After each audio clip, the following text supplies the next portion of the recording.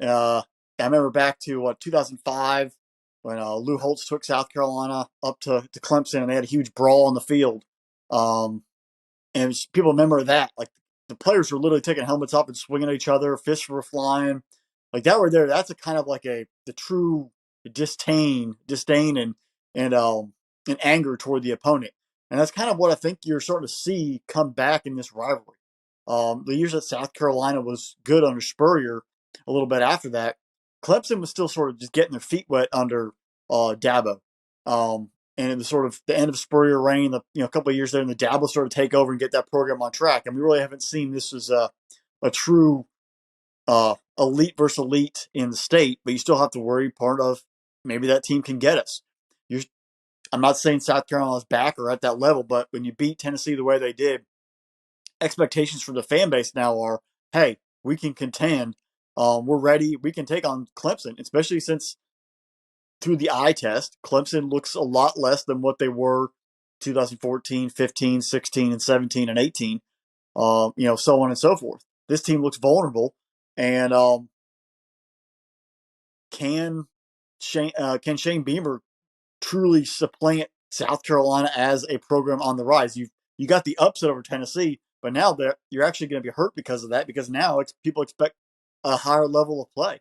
Can Spencer Rattler play at the level he played with this past Saturday there in Columbia? Can the receivers make the catches? Can the defense get off the field? Now you're looked at it like, hey, you've done it once. We know you can do it. Can you do it consistently?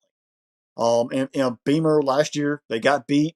It was his first year really in that rivalry as the head coach. He'd been there as the assistant, and you sort of get that flavor of, all right, now I'm in it. Here we are. It's going to be interesting from Clemson's perspective because they have playoff hopes, and you saw the playoff committee rank them, maybe kind of shaft them up a little bit behind Alabama. And Clemson's going to have to really prove to the committee that they are worthy. Maybe if something's happened, if they are to slip up, make a couple of jumps, and get up into that top four, I think they're in a very tough spot now. But they would have to beat South Carolina very handily, and then beat North Carolina extremely handily. And North Carolina would have to beat NC State really to even boost that. Other things would have to happen, but they're going to have to play their perfect game. Eyes are going to be on them the entire time. They can't slack off and get lost. And this is a rivalry game we lost. They're going to have to be elite to sway voters. So you're going to see Dabo playing a little reckless and maybe calling off the dogs a little bit and saying, "Hey, we've got to let everything out. We've got to get after it." DJU, if you're struggling, we've got to pull the trigger and go with the backup because we can't afford a sluggish performance. We can't afford anything else. We've got to dominate the next 2 weeks, and starts with South Carolina, especially with them elevating their play last week. I think the one interesting part is, how does South Carolina recover? Because that game, very emotional, a lot of excitement. Everyone's been patting them on the back ever since that game was at halftime, because that game was pretty well in hand early on. How do they adapt the week of practice to get ready for Clemson? Is Spencer Rattler a one-game wonder, or can he actually build off and be consistent? Because at times at Oklahoma, I think the reason why people kind of the luster wore off is because the team would win, but he wouldn't look perfect or look really good week in and week out. We kept waiting for it. 2020 had some games, then faded. 2021 had some games, then faded, and then he got benched. Can he put together 2 weeks in a row and really show that he's number one, a legit quarterback, but keep this offense humming? Because he was throwing passes, receivers are going up and making great catches. They were blocking for him, like they showed they could do it. And defensively, the athletes were all over the field. They were running with the defensive line was getting some pressure on Hooker every once in a while, forcing a couple overthrows, made on Hooker uncomfortable, and that's why he had some bad passes where receivers maybe got some separation, but he just wasn't hitting on the route. And that just comes down to athletes being a little step for step, but also getting a little pressure, having a little extra speed on the defensive end. Where does that come into play? Clemson is not a passing team like they've been in the past. They are going to have to run the football and maintain it that way and build off that with Shipley. Shipley's going to have to be the key. He's been the key all year. But he's going to have to be the guy, and you're going to have to get him in the passing game and the running game and use him in space to get a win. The crowd there in Death Valley is going to have to come into play. They're going to have to be loud. You have to give them an environment they struggle with. Look what they did at Florida when South Carolina went there. Yeah, the Gators were having a tough time this year, but that crowd in the swamp was very intense, was lively. and it became an environment that South Carolina just couldn't handle when the game got out of control real quick. You jumped on them early, and the crowd took it from there, and the team took it from there. That's what Clemson has to do. South Carolina is going to have to be able to maintain their focus and not allow what happened last week to get too high and get too low. Just come in and play your game. You know you can do it. You've shown you can do it. They could really wreck a lot of plans and completely eliminate the ACC from anything if they take care of business and beat Clemson. If Clemson wins and they do it in impressive fashion, it keeps very faint hopes alive for a playoff spot. I mean, maybe 2%, 10% chance at max, but it still gives that hope. In the end, I'm going to trust Clemson in this game just because I think that they have the home advantage.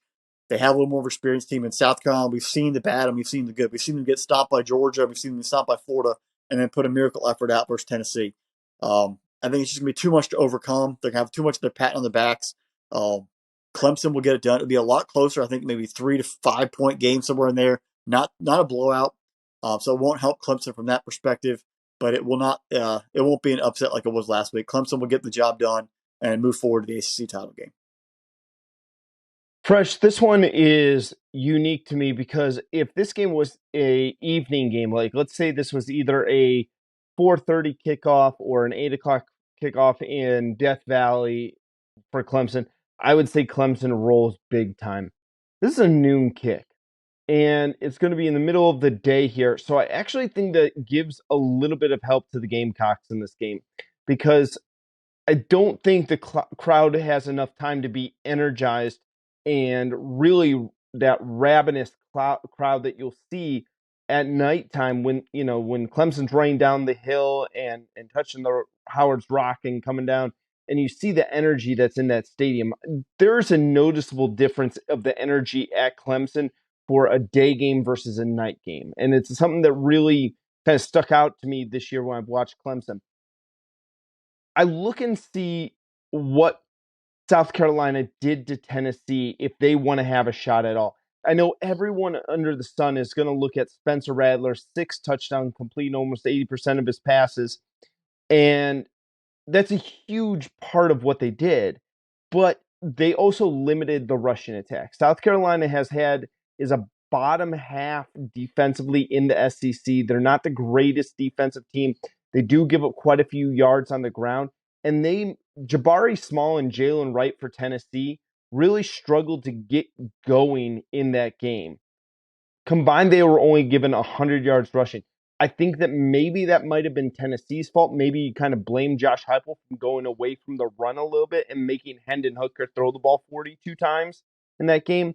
But realistically, that's what South Carolina did. They got that lead in front. They had to play from ahead. We've talked about this. I think we talked a little bit more last year about it than we did this year about getting in these big games. If you want to pull an upset, you need to play from up front. And that's what South Carolina needs to do. They need to have another big game out of their team. So whether it's Bell, who's a tight end, who is their leading rusher in that game, or Wells having 11 catches for 177 yards there, you see all of these guys, not just Spencer Rattler, who stepped up for the Gamecocks. If those guys step up again, I like this game getting real competitive. Home field advantage is really going to come into play, I think, here in the long run. But I need to see a little more. I'm with you on this on the trusting part. If I'm Clemson, it's a heavy dose of Will Shipley. I know everyone, again, DJU, if he struggles, do you bring Klubnik in off the bench? I know Dabo has shown that he wants to use that 2 quarterback system. I don't like that idea. When you have 2 quarterbacks, you really have no quarterback. I don't like that 2 quarterback system. I'm not a fan of it. Never been a fan of it. DJU has been better than he was last year. I don't know. I think that bar was set really, really low for him. But here's my biggest problem here, Fresh. Coming into the season, we were so bullish on the Clemson defense, and they haven't been that shut down, just absolutely dominant defense that we thought that they could be.